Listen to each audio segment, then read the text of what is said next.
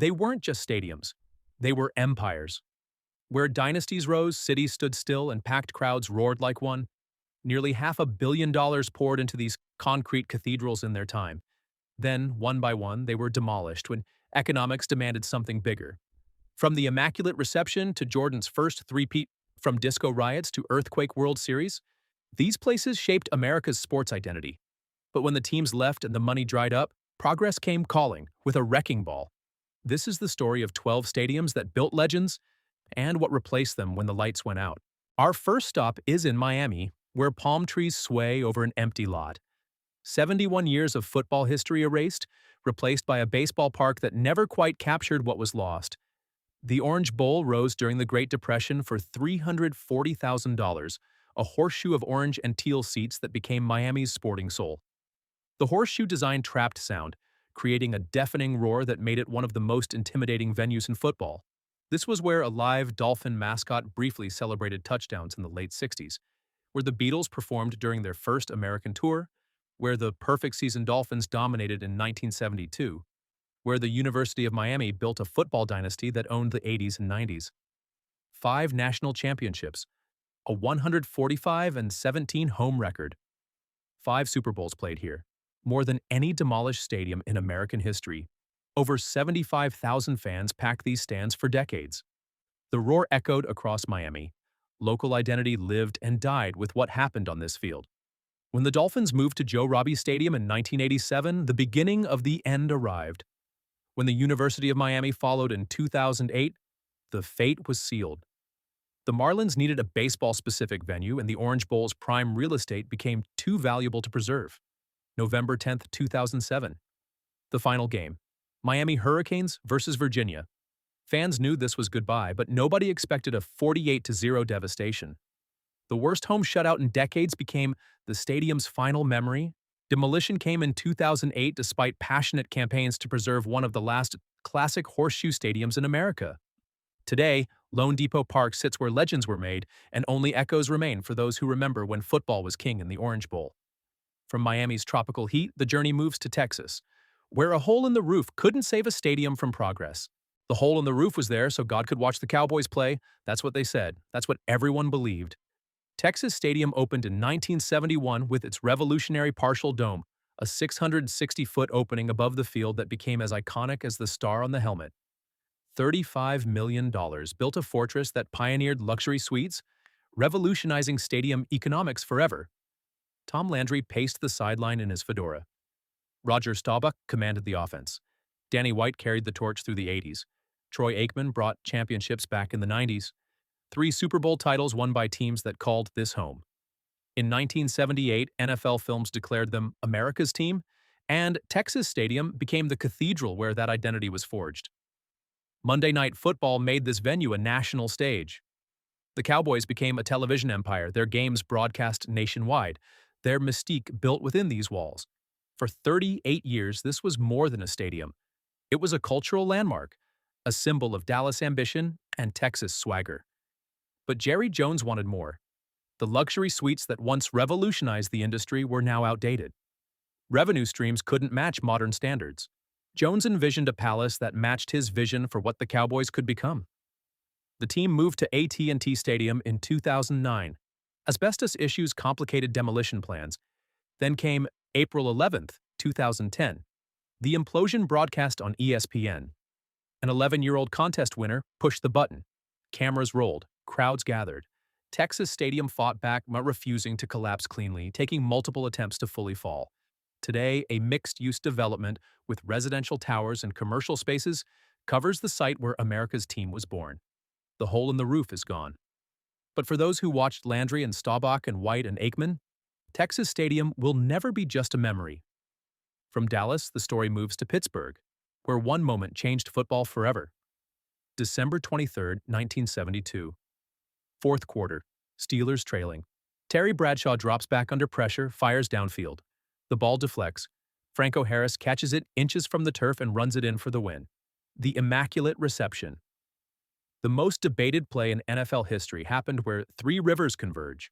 3 Rivers Stadium opened in 1970. $55 million of concrete and steel rising from challenging riverfront soil. 50,000 cubic yards of concrete, 6,000 tons of structural steel, pilings driven deep into bedrock to anchor a structure built where the Allegheny, Monongahela, and Ohio meet. The cantilever roof design eliminated columns, giving every seat an unobstructed view, revolutionary engineering for its era. Cookie-cutter design, multi-purpose functionality, modular seating that converted between football and baseball configurations. That one play launched a dynasty. 4 Super Bowls in 6 years. The steel curtain defense gave Pittsburgh's blue-collar identity a team that matched the city's toughness. The Pirates brought baseball glory too, the We Are Family World Series in 1979, proving both sports could thrive here. But the AstroTurf that seemed innovative in 1970 became notorious for injuries. Natural grass couldn't grow under the partial roof. Modern revenue features couldn't be retrofitted into the circular concrete bowl. 31 years later, both teams demanded their own stadiums with natural playing surfaces and contemporary amenities. The massive concrete structure had no alternative future. February 11th, 2001, 19 seconds. 4,800 pounds of explosives. Controlled Demolition Inc., the company behind the demolition, faced one of the most technically challenging stadium implosions ever attempted, only 80 feet from the new Heinz Field, with active rail lines and working stadiums nearby. The stadium collapsed straight down with surgical precision, erasing 3 decades in less time than it took Franco Harris to score. Today, parking lots and green space cover the ground where the Immaculate Reception happened. Progress moves fast in Pittsburgh. Now the journey continues to Philadelphia, where the fans were as legendary as the stadium itself. They booed Santa Claus. They threw snowballs at opposing players. They were so notorious the stadium installed a courthouse and jail in the basement to handle game day arrests. Veterans Stadium wasn't just tough. It was Philly incarnate, gritty, aggressive, unapologetically rough around the edges. $65 million of concrete and artificial turf built from 1967 to 1971 to house both the Eagles and Phillies. The octagonal design, technically an octorad with 8 radial points connected by straight lines, rose from South Philadelphia with engineering ambition that matched the city's swagger. Wall-to-wall AstroTurf eliminated traditional dirt infields. Multicolored plastic seats in earth tones. Brown at field level, red in the lower deck, orange midway up, yellow in the notorious 700 level. Coded by ticket color, so fans knew exactly where they belonged. The 700 level became legendary as the rowdiest, most hostile section in American sports, where opposing fans entered at their own risk and Philadelphia attitude reached its purest form. This venue hosted more than sports. Over 100,000 people packed in for Pope John Paul II's Mass in 1979. Live Aid brought global attention in 1985 when Veterans Stadium co-hosted one of the biggest benefit concerts in history alongside Wembley Stadium. The Army-Navy game became a regular tradition, college football's storied rivalry finding a home in South Philly. The Phillies won the 1980 World Series here, then returned for the 1983 World Series. The Eagles turned this venue into one of the NFL's most intimidating home field advantages. The 1988 Fog Bowl playoff against the Bears was played in such dense fog that fans and TV viewers couldn't see the field. But the game continued anyway because this was Philadelphia, and quitting wasn't an option. But the artificial turf was brutal, ending careers with injuries that modern surfaces would never cause. By the early 2000s, both teams wanted out. Modern stadiums, natural grass, amenities the Octorad design couldn't accommodate. March 21, 2004, 62 seconds. Controlled demolition minimized vibrations to protect surrounding structures in the sports complex. Veterans Stadium collapsed, making way for Citizens Bank Park and Lincoln Financial Field. 33 years of Philadelphia passion became rubble in just over a minute. The fans moved to new buildings. The attitude came with them. That part will never be demolished. From Philadelphia, we cross into New Jersey, where 2 NFL teams shared one massive concrete colossus. 2 franchises, 1 stadium, 34 years of proving it could work. Giant Stadium opened in the New Jersey Meadowlands in 1976 for $78 million. Built on swampland, the foundation required extensive pilings driven through unstable soil to reach bedrock, a major engineering challenge that shaped construction. 80,000 seats rose in a cantilever design that eliminated upper deck columns, giving unobstructed sightlines to every fan. Precast concrete panels accelerated construction, a cost-saving innovation for the era. The completely open-air design, no roof, no dome, exposed the venue to notorious Meadowlands wind that became a strategic factor in every game. The stadium's first event wasn't football, it was soccer. Pelé's New York Cosmos introducing the venue to the world. The Giants arrived immediately. The Jets followed in 1984, moving from Shea Stadium to create the NFL's first purpose-built shared venue. Revolutionary concept that skeptics said would fail. Dual locker rooms, separate team facilities, infrastructure designed for two franchises under one roof. Lawrence Taylor dominated here. Phil Simms threw strikes. The Giants brought home 2 Super Bowl trophies. 1986 breaking a 30-year championship drought. 1990 sealing the famous wide right victory. Playoff runs from the Jets. But this venue hosted more than football. The 1994 FIFA World Cup final between Brazil and Italy. Pope John Paul II's Mass for over 80,000. Bruce Springsteen's record 10 consecutive shows, making Giant Stadium his personal home venue. Concerts from U2 and Pink Floyd that matched the venue's massive scale. Over 1,600 events. 70 million attendees through turnstiles. By the 2000s, concrete corridors and limited luxury suites couldn't compete with modern NFL palaces rising across America.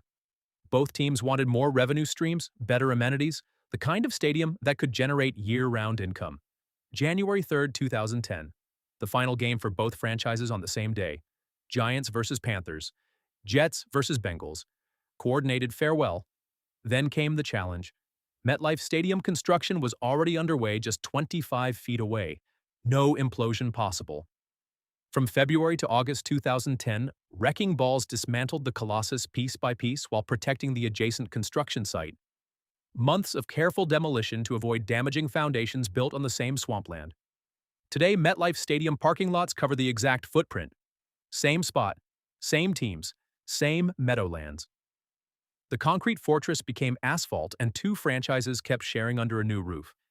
From New Jersey, we traveled to Chicago, where the loudest building in sports once shook Madison Street. The Madhouse on Madison, the loudest arena in professional sports. The building where Michael Jordan won his first 3 championships and changed basketball forever. Chicago Stadium opened on March 28, 1929, with construction costs reported between $7 and $9.5 million. Sources vary, but the ambitious project made it the world's largest indoor arena at the time. Permanent seating for 19,500. Expandable to 26,000 with temporary floor seating and standing room.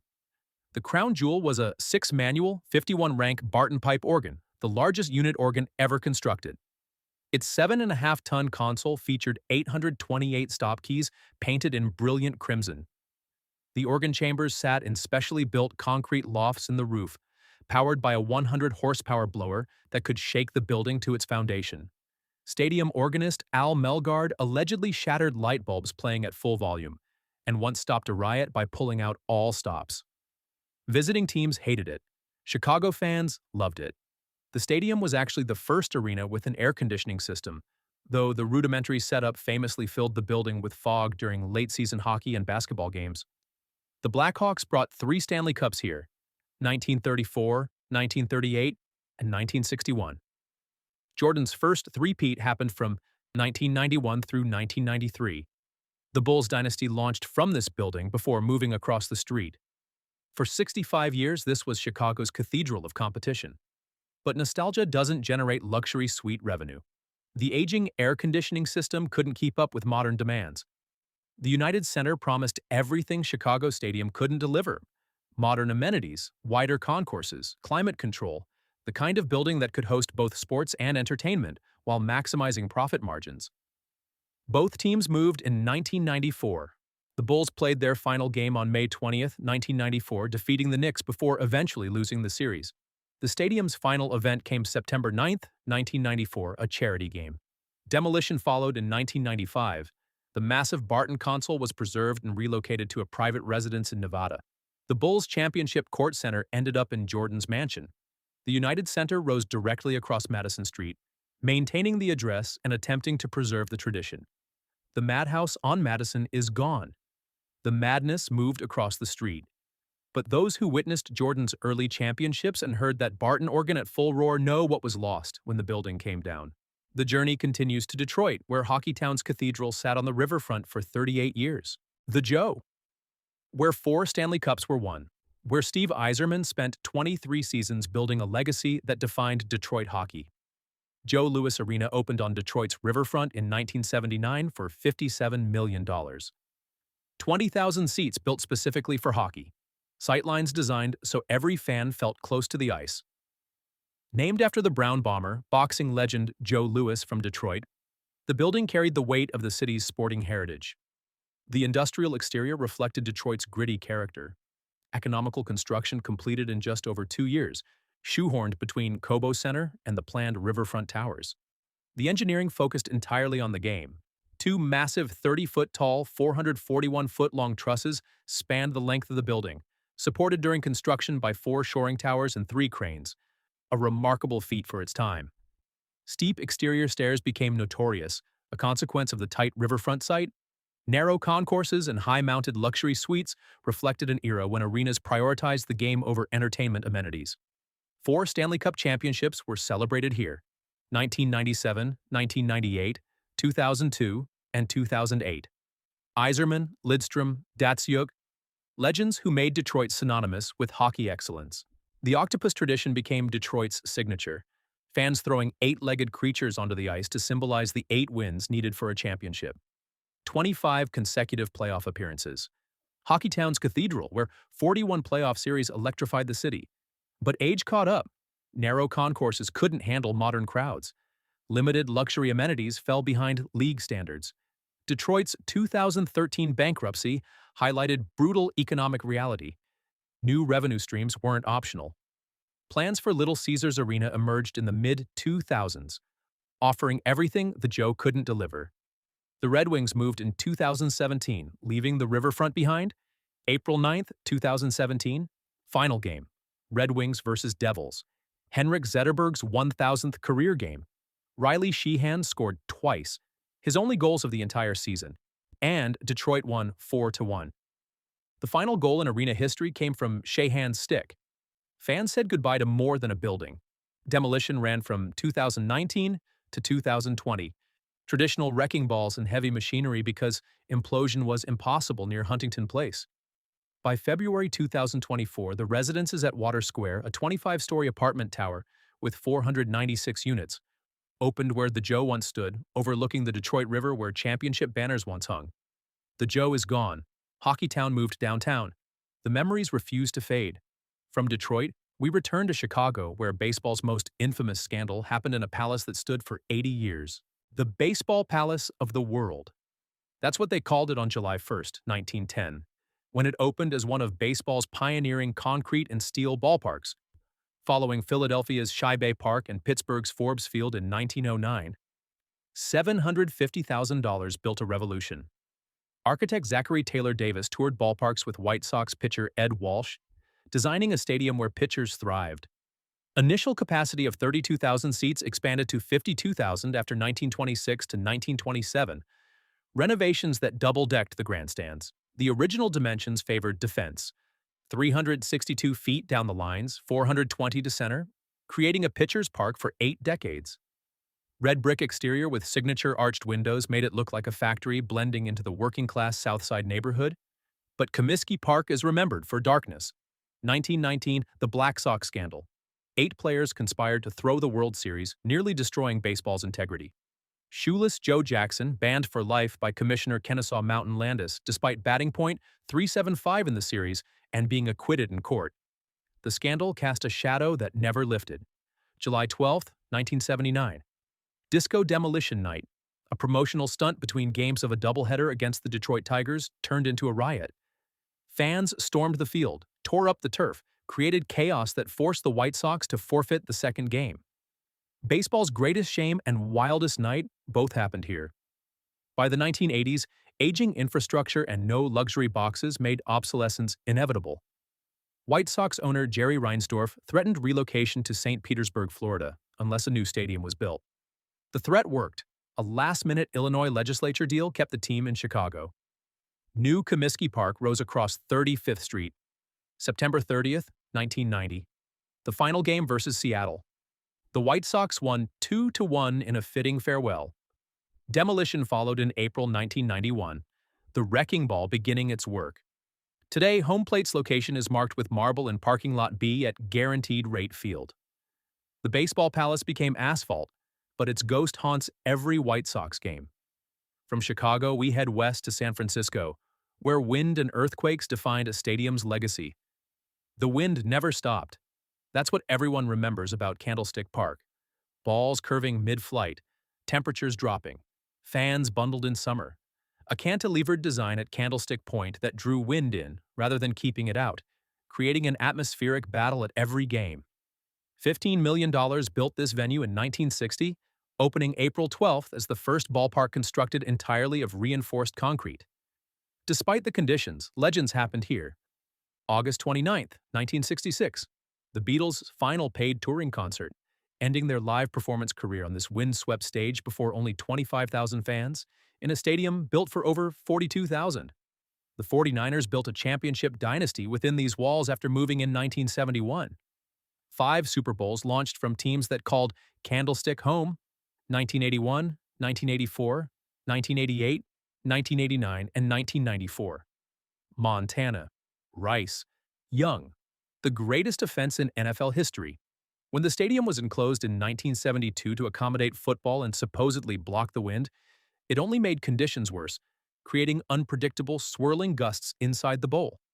October 17, 1989, Game 3 of the World Series, Bay Bridge Series between the Giants and Athletics. Then the earth moved. Loma Prieta earthquake, magnitude 6.9, struck at 5:04 p.m., just before the scheduled 5:35 first pitch. Over 60,000 fans felt the stadium shake. The series was postponed for 10 days. Candlestick became the site of the Earthquake World Series, a moment frozen in sports history when the Bay Area realized how fortunate they were that the structure held. But the wind never stopped. The Giants moved to Pacific Bell Park, later AT&T Park, now Oracle Park, in 2000, finally escaping to a downtown waterfront location. The 49ers relocated to Levi's Stadium in Santa Clara in 2014. Demolition came in 2015, beginning in February and completing by September. No implosion, the site's proximity to residences required traditional dismantling. The site remains largely vacant, awaiting development stalled in San Francisco bureaucracy. Plans change, years pass, original completion targets of 2023 have been pushed to 2030 or beyond. The stadium where the Beatles played their final concert and where an earthquake struck during the World Series is gone, leaving empty land and fading memories. From San Francisco, the journey moves to Cincinnati, where the Big Red Machine dominated and a stadium fell in record time. 37 seconds. That's all it took to erase 32 years of Cincinnati sports history. Riverfront Stadium opened June 30th, 1970, for $44 million. Cookie-cutter concrete, multi-purpose design. The first stadium completely carpeted in AstroTurf with no dirt base paths. Only the pitcher's mound and areas around bases remained exposed. Modular seating expanded capacity from 52,952 for baseball to 59,754 for football, built to house both the Reds and Bengals in an era that believed one venue could serve all. Just 2 weeks after opening, Riverfront hosted the 1970 All-Star Game, where Pete Rose's collision with Ray Foss became legendary. The Big Red Machine rolled through here. 1975 and 1976 World Series championships. Johnny Bench, Pete Rose, Joe Morgan. The greatest baseball team of the 70s dominated from Riverfront. April 4th, 1974, Hank Aaron's 3-run home run, his 714th, tied Babe Ruth in a moment that transcended baseball. September 11th, 1985, Pete Rose broke Ty Cobb's all-time hits record with his 4,192nd hit on this field. The Bengals made Super Bowl runs, 16 in 1982 and 23 in 1989, proving football could thrive in a baseball stadium. January 9th, 1982, the Freezer Bowl, -9 degrees Fahrenheit, wind chill of -59. One of the coldest games in NFL history, the Bengals defeated San Diego 27-7 to reach their first Super Bowl. The concrete bowl became an icebox, but the game went on. But by the late 90s, both teams demanded separate venues, modern amenities, sport-specific designs. The massive concrete structure had no alternative future, no way to adapt to changing demands. In 1996, corporate naming arrived, Synergy Field, until demolition ended the sponsorship deal.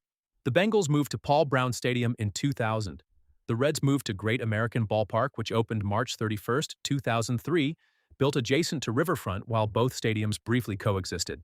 14,000 seats were removed from Riverfront's outfield to allow construction. December 29th, 2002, 37 seconds.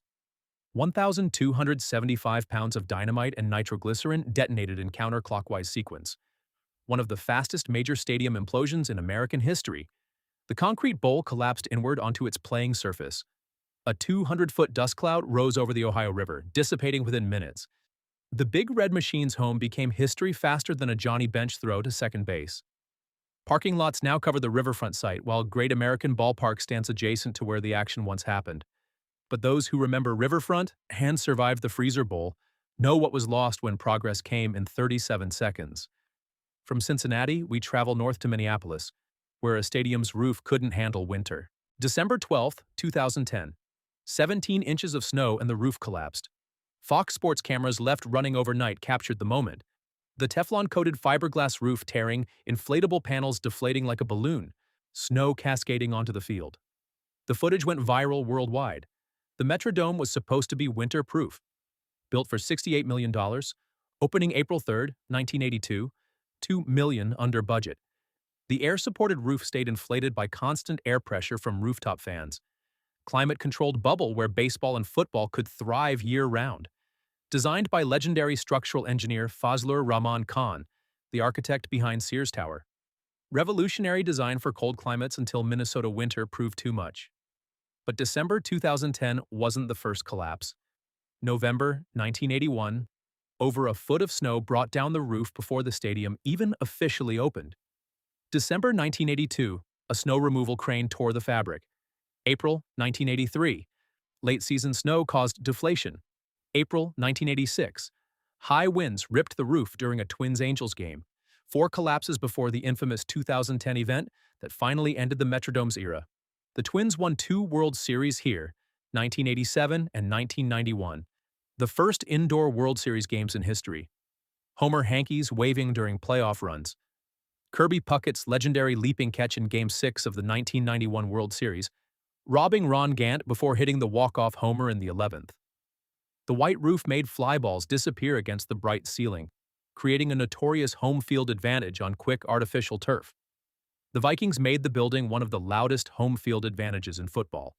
Concrete walls and compact design amplified crowd noise to 125 decibels during the 1987 World Series. Visiting teams dreaded playing in the deafening atmosphere. January 26, 1992, Super Bowl 26.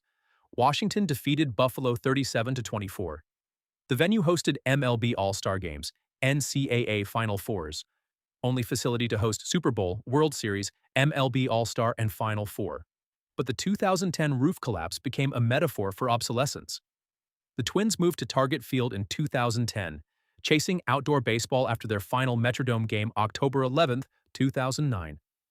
The Vikings played their final season in 2013, winning their last game December 29th against Detroit 14-13, while US Bank Stadium rose on the exact location.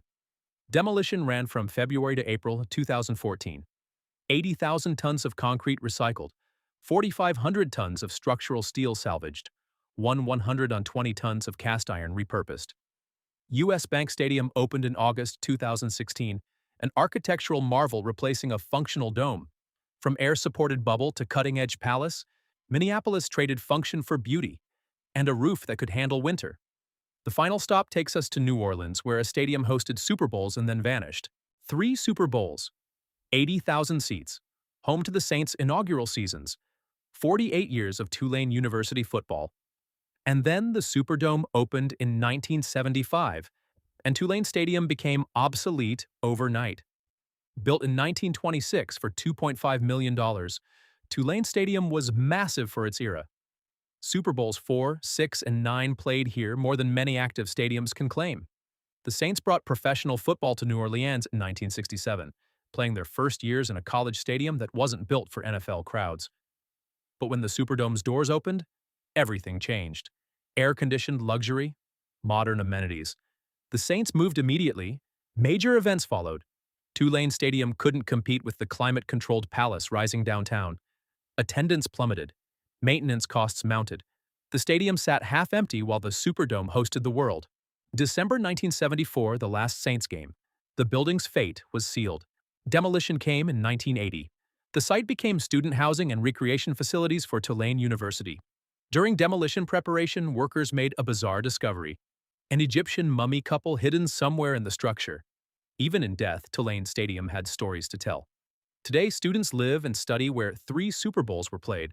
The Superdome cast its shadow, and Tulane Stadium became a footnote in NFL history. Progress waits for no one, not even venues that once hosted championships. The race to demolish America's legendary stadiums wasn't about progress alone.